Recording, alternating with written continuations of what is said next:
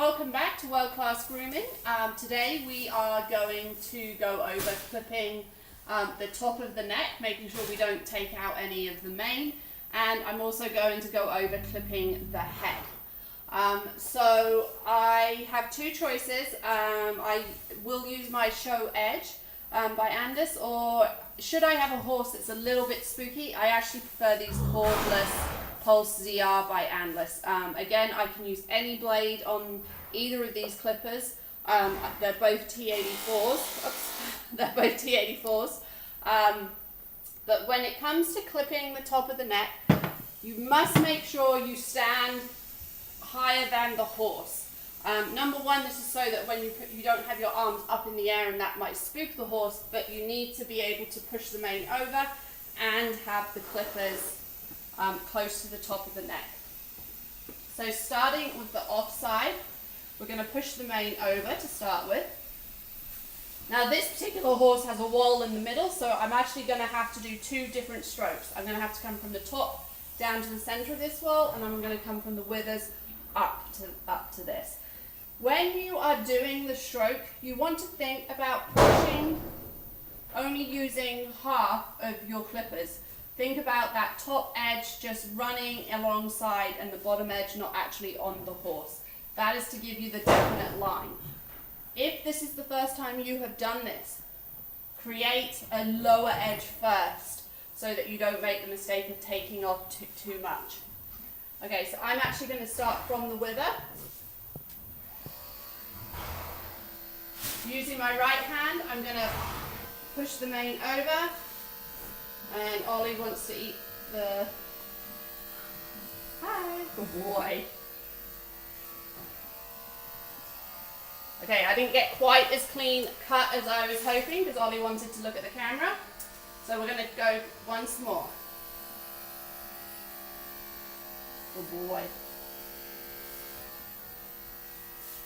And hopefully that's created a good close line. What you don't want to start doing, turn them off. You don't want to start doing this against the neck. Number one, you're more likely to pull off some of the mane. Is the camera nice? Good boy. And that will give you a choppy line. So always try and do it in one stroke first. So my next stroke is going to be from the bridle path down, and I'm actually going to have to move this mounting block a little closer. Good boy. I am going to push the mane over and actually push his headpiece towards his ears so that I can start up by his top bridle path. And again, same idea. The top edge is into the horse. The lower edge is not sitting on the horse, not clipping. Just run it down to the center of that wall. Line is not quite straight, so I'm going to do it again. This time taking off. There we go. Where I wasn't quite straight. Then I can use these. Oh boy.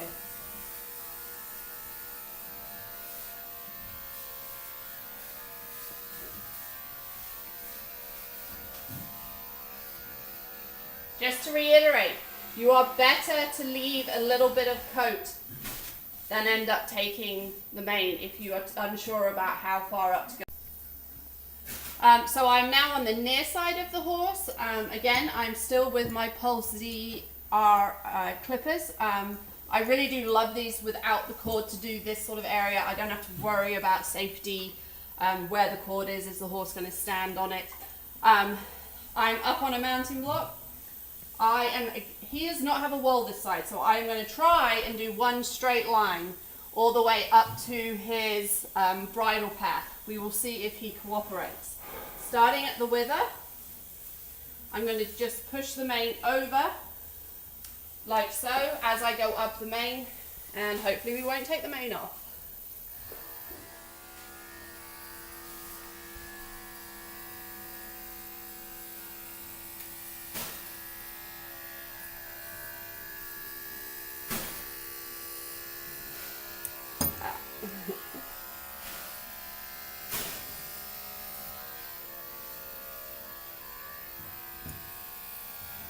As you can see, I was a little bit too far away to do that top. So we're going to do this again. There we go.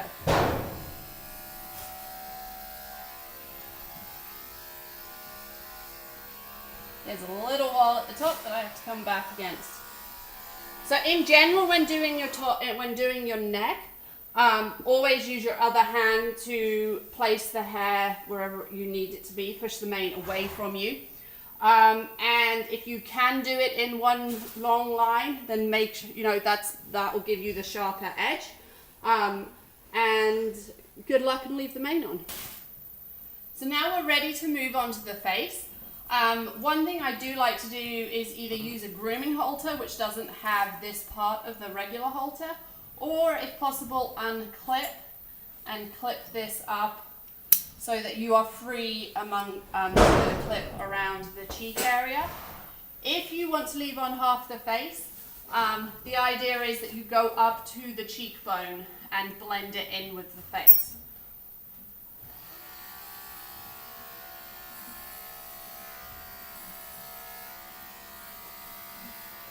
As you can see, just run it to the cheekbone. Now the cheek area can be a little difficult. You want to use, again, you have to pull the skin, obviously be gentle. Another reason for using the cordless ones, I can get into all the nooks and crannies and not have to worry about the cord being in the way.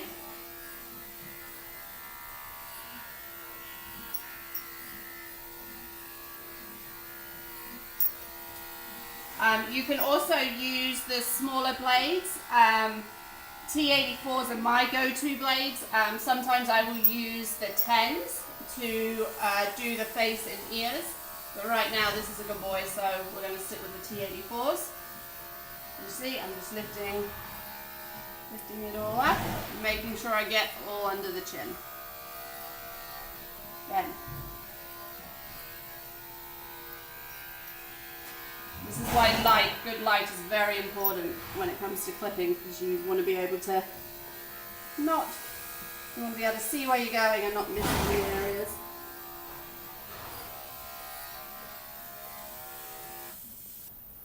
Moving on to the front of the face, as I've actually done half this one's face already. I don't know if you can see the line running down here. I was trying to show the difference. Some of you might want to braid the forelock so that there is less chance of you taking the forelock with you. Again, I'm sticking with my T84s. If you'd like to use 10s, that's fine. The 10s are slightly shorter cut, but there's not too much of a variation. There isn't too much of a difference, so you'd be fine to use them. Just remember, you are obviously doing their face, go very slow, it's very bony. I like to just start from the nose up.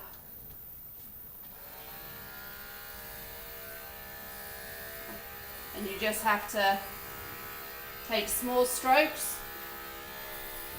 Good boy. Good man. Obviously being very careful around the eye.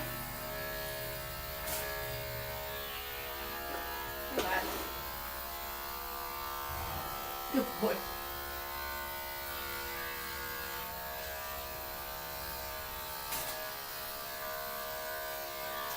And the further I go, again, I'm going to get back on my mountain so I'm higher up, so my arms aren't reaching.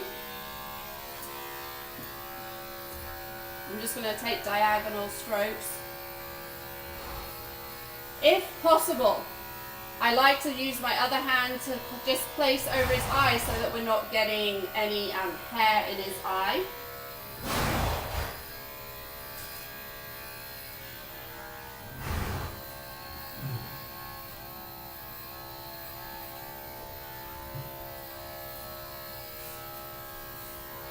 Wait.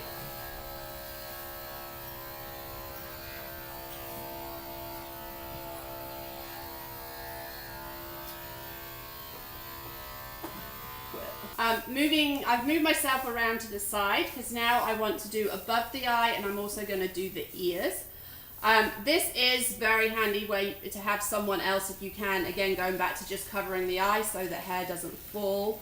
Otherwise you just basically have to try and maneuver yourself. There's no easy way about it. Good boy. So again, I'm going to just cover the eye. Very light touch. I'm going to take the edge of my T84s into the eye socket to remove that hair. And I do not want to remove the eyelashes. Some people are keen to do that. I do not remove any eyelashes whatsoever. That's their feelers. So we leave eyelashes on. Once we've done this area, I'm just going to work around this bony area. Oh boy, he's being so good. Again, you just got to follow wherever the whorls go. Be careful not to take off the mane, the faller. When it comes to the ears, have a very light touch, and you're just going to move them around so you can get in behind. Move them forward. Good boy, Ollie. If they are good about this and they start to be a little funny, the first thing to do would be to check the heat of your blades, because obviously their ears are very sensitive to temperature, and if they're normally good and they start to be a little annoyed by it, more than likely it's to do with the heat of the blades.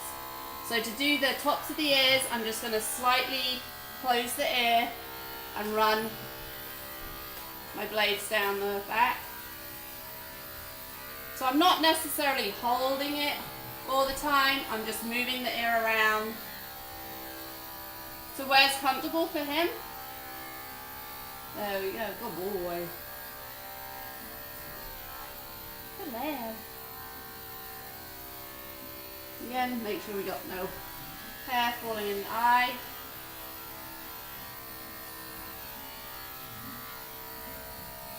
And it's up to you as to whether you clean the ears out or just tidy them up. I'm just going to run them down the edge. We've still got some flies about because it's unseasonably warm, so I want him to have some protection from the flies. And there we have, hopefully, a clean looking face.